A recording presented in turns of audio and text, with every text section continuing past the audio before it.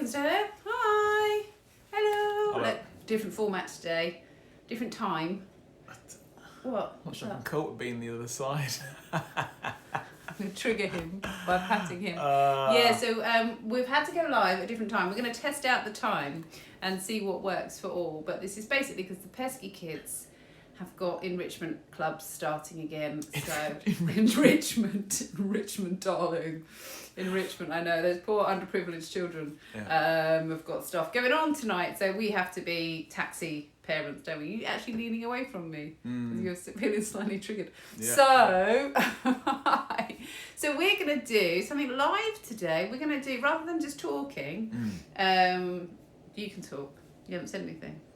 Well, you're in the middle of your flow there. Okay, all right, yeah. So I feel like you need to have a little space to talk as well. So yeah, we're going to do a bit of a mobility session. Some of our members have been asking about mobility, so they're feeling really stiff. I don't know whether it's coming out of winter, been sat at desks and suddenly noticed everyone's very tired. So we thought, let's, rather than jump about and talk about, activity and getting fitter, mobility and stretching is a massive part of staying active and staying well.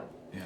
So we can often though overplay this because people often think I'm stiff, I need to stretch, and I'm not saying that stretching isn't great, but it's all tools to create the recipe or the cake you're trying to bake, and sometimes you're put using the wrong my ingredients.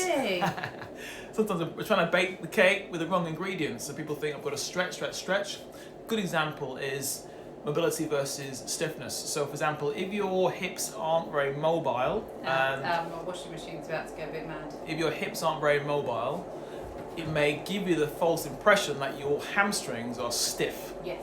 And people think I've got to stretch my hamstrings. No, you don't. You've got to learn to hinge at the hip better, get your hips moving better before you can't lengthen any muscle in your body unless you're going through puberty, where each end of the muscle connected by the bone grows. So as the growth plates grow, they stretch and pull up a tendon, hence why you get tendonitis in kids who are active when they're in puberty. That then pulls on the muscle, and the muscle then becomes longer. But besides that, you can't really lengthen a muscle. You use flash. Do you want to just repeat that again? So whenever you see someone saying that Pilates will give you longer muscles, no, it is BS.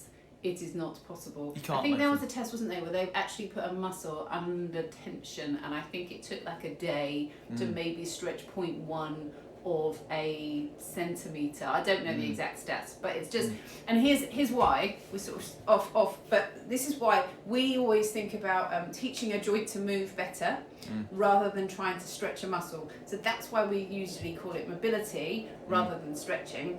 They're two kind of different things. But you want to, if you imagine, all of us, and the majority of our muscles in our body are two opposing muscles. You have one that is active, let's call it a bicep, and while that one's active, the other one is stretching, and vice versa. That's kind of how we work in a nutshell. There's more to it than that, but let's keep it simple. So if you were to stretch both those muscles, you just end up like a kind of Mr. Soft, like a bit bendy. You just wouldn't, it doesn't work. So this is why we're talking mobility rather than trying to get bendier muscles. If anyone tells you want to lengthen a particular muscle, that is incorrect. You have an application for stretching though. So let's say for example a muscle is under or is experienced trauma, maybe through an injury or through a joint issue. You can get tension. So you get tension and you can maybe get a spasm around the muscles around the joint. So sometimes if you get a muscle which just wants to work too much, stretching actually weakens the bond in the muscle. So for a certain period of time, a stretch is good for that muscle. But it's part of the journey of getting that muscle and the joint working back into a regular sort of functional pattern. A really good example of that is hips in women, hip flexors in women, particularly if you've had a baby and the pelvis would have been tilted at this angle for a very long period of time. Those hip flexors are kind of shortened, but it's not just that they're shortened, they're kind of on the whole time. It's like they're buzzing.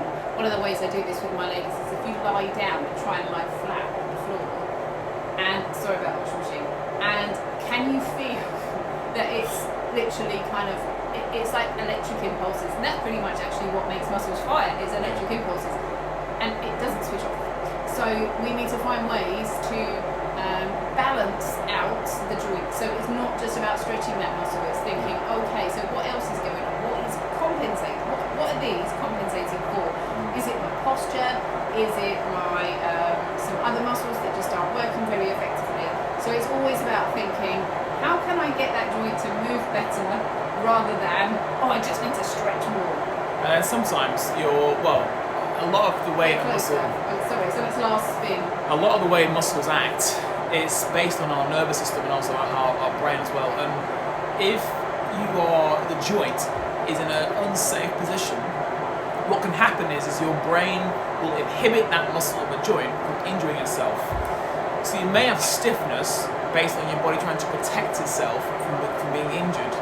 And to allow that joint to work optimally, you need to be able to get the joint to work, feel safe to work in a certain range. And that requires movement and mobility, not just stretching itself. So a good example could be the shoulder joint, for example. You may not have a certain range in the shoulder because you haven't got the strength to work through that range, therefore you're not going to have access to that range anyway.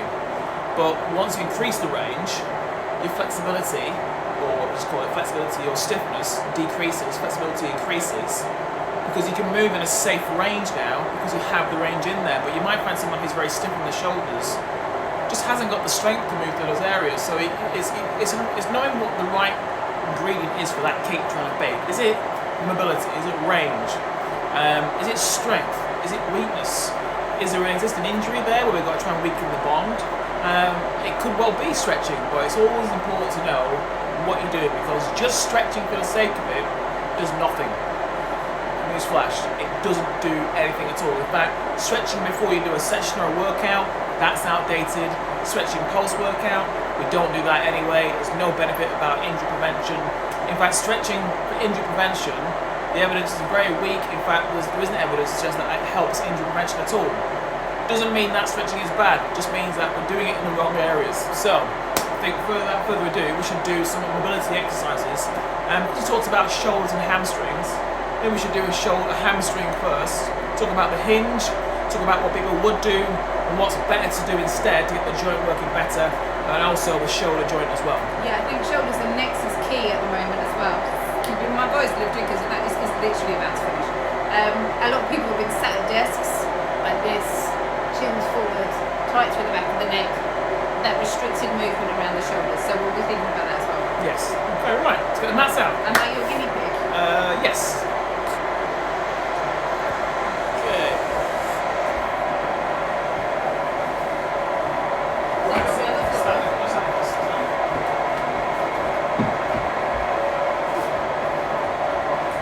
Right, so a good example is hamstrings. So I had a client a while ago who said, I'm tight in my hamstrings, I'm going to stretch my hamstrings out. Why aren't they stretchy or loose enough? And she was doing a hamstring stretch with a rounded out back position. So if you round out your back, so she felt her hamstrings was quite tight. I said, you need to learn how to hinge at your hip better before you get into your hamstrings. Because also, you need to feel it here and not through there. So when you do that rounded out position, Karen, do you feel your hamstrings or do you feel your back? On my back. Yeah. Right, so Karen's going to now shift to a hamstring, a hinge at a hip. Hinge at the hip, she holds up there, and then all of a sudden she starts to feel these hamstrings. So she did that for 3 or 4 weeks, and after a while she's getting lower and lower and lower, and it wasn't that her hamstrings were tight, she wasn't using her hamstrings at all. So the range that the hamstrings had, she wasn't able to access them because she wasn't using the joint properly. So if you have tightness in your hamstrings and you aren't hinging, it's a stiff leg deadlift you've got to do. Hinge down, back straight, ease up. You should feel it also in the belly of the muscle. Belly being the middle of the muscle, so here, and ease back. That is all you would do. You can stretch the hamstrings if you need to, but that's where you start. So now that Karen felt that hamstring in the belly of the muscle, what she then needs to do, if she wants to stretch the hamstrings, is on her back, she's going to feel that same pull as she's feeling now. So you pop onto classic hamstring stretch, but we're just going to bend her knee as the legs are stretching, because you can feel the stretch in that hamstring. You can bring one leg up, bend the knee a little bit, bend it. Now, just pulling the leg in as far as you can, keep that knee bent, but it must be felt in the same spot as you felt with that stiff leg deadlift. So you've got to straighten the leg more. Yeah. We're starting with the leg bent, and then just straighten the leg. But let's do what people often do, which is just the leg stays straight, leg straight, and then Karen pulls as hard as she can, and pulls from there. Now most people there, they feel the hand back of the knee. I'm going to turn that off because I think it should have finished ages ago.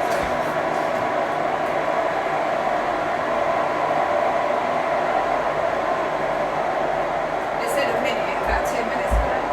Right, okay, anyway, carry on. Let's go. So normally people when they want to stretch the hamstring, the leg stays straight, they get a towel around the leg, they pull the leg in, as Karen's about to do, and you can feel it around the back of the knee and the calf. Now, that's a nerve stretch. Nerve stretches, or flossing the nerve, does have its application. But people often do this, and what you can do is you can irritate the nerve, and this is the opposite effect of being able to try to relax the hamstring. So you don't want to feel this like a tug of war against your calf and your back of the knee. You want to feel this in the belly of the muscles. So if you want to stretch the hamstring specifically, as Karen just did, leg is bent, back as far as you can. If you can't feel it in the hamstring, just straighten as leg a touch. I've got pretty bendy hamstrings, so I can't really feel the stretch much. But it's all about feeling it in the right place. So that's a hamstring. So there's the two. We'll talk about flossing the nerve another time. Right, let's do shoulders next, shall we? Mm-hmm. Oh, and let's say reps and sets. So for that, you want to be doing a holding for about 10 to 20 seconds, and then do 3 to 5. But first of all, get the hinge right first, so you can feel what those hamstrings need to feel like when they're trying to, well, they're being loaded, but eccentrically. Okay, so they're being stretched, being lengthened, even though you don't muscle the muscle, but you know what I mean. So you. And say I've been out for a run, how long after would I do that, or just treat it as a different session during the week? Different session, but towards the end of the day. If you ran in the morning, I would do that towards the end of the day, maybe after kids are in bed, or you've got 10 minutes spare in the evening. Okay. Yeah, so away from your main session, because it doesn't affect your session or the stiffness you're going to get. It's a very different feel. It's a different session. It's not going to link to the first session. Your first session is done, you've run, let that calm down, then you do your stretch, let that calm down. You can't link the two together. I think that somehow your body will know what you're asking it to do. Right, so shoulders. We can do, I'll tell you what, we'll stand up for this one. We have a few here. Let's tilt this up a little bit. Right, so first off, we can do it together, but I'll first of all show you side to side. So I'm going to bring my elbow up in line with my shoulder. Triggered. And then I'm very gently going to let that swing down all the way under, back to that position. Hopefully keeping that in the same height. So you can see from side on, I'm almost down to that position. So I start here, up there, swings down, down we go, and down to that position. All right. So that's the first thing. So you're testing the range you have in that shoulder. Typically, if I was helping someone with this, I would hold their arm, and they would just rotate around there, because sometimes trying to hold the shoulder in that position is quite hard tense, work. Yeah. This goes up towards the ear, so I'm just going to relax that there. Okay, that comes down, and we go up, and then ease down to there. Okay, that's the first one. Right. So if you turn the side on, if you find you've got limited range, so let's say you can't get any further than here, or you get to around here, so in line with the ear, you can't go past that point, there's limited range in the joint. And all you would do is you'd find a door frame, so I'll be the door frame for Karen, and I'm going to try and go this way, and she's going to go that way against the door frame. So she's just going to try and turn, so resist the door frame. I'm resisting. Yeah, that's it. Ow. And then relax. So she's there, resists, and relax. And you can do the same again with the door frame here. Just be careful you don't bruise your arm on the forearm, the door frame. We do the same again there. So I'm here, and you resist up gently, and then relax, and resist gently, and relax. As you can see, every time you relax, the range should increase with that position. That's the first shoulder stretch. The second shoulder stretch, really easy one. So we'll come down. Actually, that's more it's called a isometric or a PNF, but it's trying to increase the range of the shoulder. Thanks for that jargon, Coach Chris. It's okay. I'm all about the jargon. Okay, and the next one is really key for people who have been working from home. Who just feel like their shoulders have been very tight and very stiff, and we'll do it from the floor, and then we'll get the chair out as well to show this one as well. So Karen, can you get down to the knees, hands in line on train tracks. Thumbs to the ceiling, and you're going to sink backwards, please. Like that? Yeah. Okay.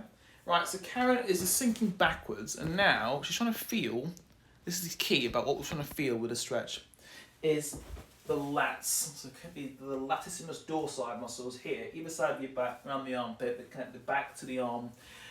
You need to feel it here and not here. What will happen in this stretch is Karen's elbow joints will start to turn inwards. She's got to try to resist this at the upper part of the arm by trying to rotate them out. Alright? But the thumbs still stay facing up towards the ceiling. Once you feel that, then you can slide backwards a touch, drive the arms in towards the mat, and feel that the lats are getting a stretch. Feel that in your lats? Yeah, but a bit shoulders as well. And shoulders too.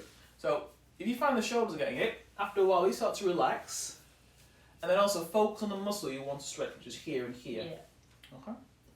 Right, so that's one, and then two. You can do one arm only, so she can put one arm down the middle. What the other one do? Yep, just anywhere to be relaxed, but she has to pull backwards. Now, I think I'm going to modify this, Karen, for you a little bit. Can you not sink down into your body as much and be more here, please? Some more there. So your forearm is off, and your forearm is off the floor, please. What about that? Left forearm is off the floor. Yeah, it is now. But your palm's down on the ground. Oh, like that? Watch this. From there. Oh, I see. So lift my Yeah. elbow. That's it, yeah. Yeah. That's it. There we go. So just angle the body more, because Karen's got good range in her shoulder. So I've just made that range a little higher for her. Do you feel it more in your lats? Yeah, but I did work my shoulders today, so that's, I think, why it's just... Yeah. And you're just trying to feel again the particular part of the muscle getting that stretch. And our lats are an area we don't really stretch, because people don't do pull-ups. We don't hang from doors. You know, we don't... We wish we would. We don't hang from buildings. But one of the best things for your shoulder health, if you can get hold of a bar, is to just hang. Yeah. Because it's a stretch we just don't get. Down the playground. Yeah, so that's what we can do. Both hands together and then do singles. And again, for that 15-20 seconds, you can just do that each side, and then the next day maybe do both together. But there too. But the most important thing is you're aware of what you're trying to stretch. You can feel the area stretch, and then you're gently trying to increase that. Now, there are some techniques to do, which are you breathe into the stretch once you feel you want to increase the range. So Karen, if you get down to that position again for me, and she gets to the point where she can't increase the range in that position, or there's some tension she can feel around the shoulder. As I mentioned earlier, tension doesn't necessarily start in that joint, it actually starts in the brain. So Karen's going to take a deep breath in, and she can relax, she breathes out, to try to switch off some of the tension she's feeling to get the stretch in the particular area. So we always blame a joint and a muscle. It's your nervous system responsible for how your body functions. And we can sometimes override it and trick it by breathing techniques and being relaxed. And we all know that, where we felt tense throughout the day, and our shoulders lift up, or we have certain so the nervous twitch we get, or the eye that flickers. So certain things can add to the tension and how a muscle can be inhibited, so how it is prevented from working optimally. But the breathing is really important. So if you find you just can't stretch, you hear this thing, I just can't stretch, this feels tight, relax, take a big deep breath in, and as you breathe out, just try and go through that range a little more. And it doesn't need to be much more, but you're trying to just get into a relaxed state to allow that joint to lengthen and to get more range that you didn't have previously. And then hopefully you feel that muscle get the stretch. And also when you're in that position, I quite often use that breathing in Pilates, because when you're in that position, when you breathe in, the ribs are expanding, and you get that little bit of kind of mobility as well around where the ribs attach to the thoracic spine, so that bit up here. Yeah. It just makes the stretch just feels really nice, actually, if I'm honest. You've got kind of other stuff going on, and that's going to help that stretch through the lats and through the sides. Yep, so there we go. So there's 2 stretches there, hamstrings, Stretches. hamstrings and shoulders. We talked about the benefit of stretching and how for a lot of people stretching is a waste of time because they don't do it at the right time, or if they misdiagnose the issue and say I need to stretch more because they feel stiff, but actually it's not about that. You need to maybe to move better, you need more circulation, and the joint health and I guess the way the joint functions needs to increase so that you've got a more available range because the joint can cope with what you're asking to do. It's not just about just stretch. You know, and in fact, as I mentioned earlier, stretching can weaken the bond, which just means the muscle becomes weaker when you stretch it. And I don't know anybody who needs to become weaker the older we get. We need the opposite, we need to get stronger. Yeah. So again, get the right ingredients to make the right cake. That's now and moving on from here, obviously, in my Pilates classes, we sort of do all of this for you. Not necessarily a specific stretch for a specific issue, but what we're doing is teaching your joints and your body to move in a certain way. Yeah. Who's joined? Oh, Holly's joined. Oh, hello. Missed the litter picking on Saturday. Sorry about that. The kids are looking forward to it. That's beneficial, to your whole body. So rather than just sitting doing some hamstring stretches with Pilates, you're doing the strength as well as the movement. But when it comes to something sport specific, say running, then that's when you need to actually do a specific mobility session, something Chris is going to be covering in his running hub. Yeah. Because just thinking I'm really stiff, I'm going to go and do yoga.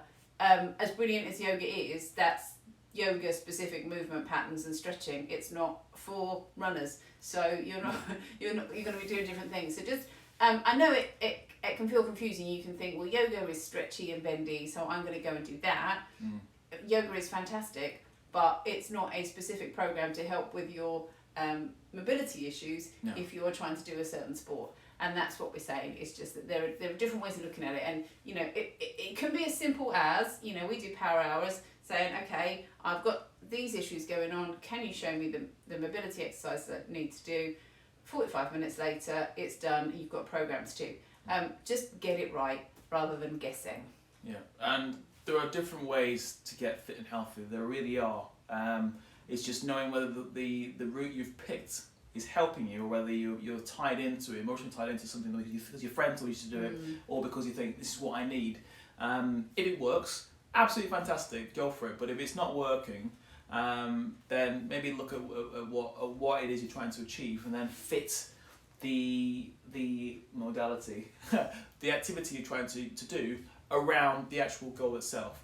For some people who do very little other things and need just a general mobility session, then a yoga class will be fantastic for them, or a general Pilates class. But then when you want to get more specific about what you're trying to achieve, then you need a specific bespoke session or class which is targeted at those areas, and you might find a general approach isn't going to hit that. Some people might have also issues such as real tension in their calves.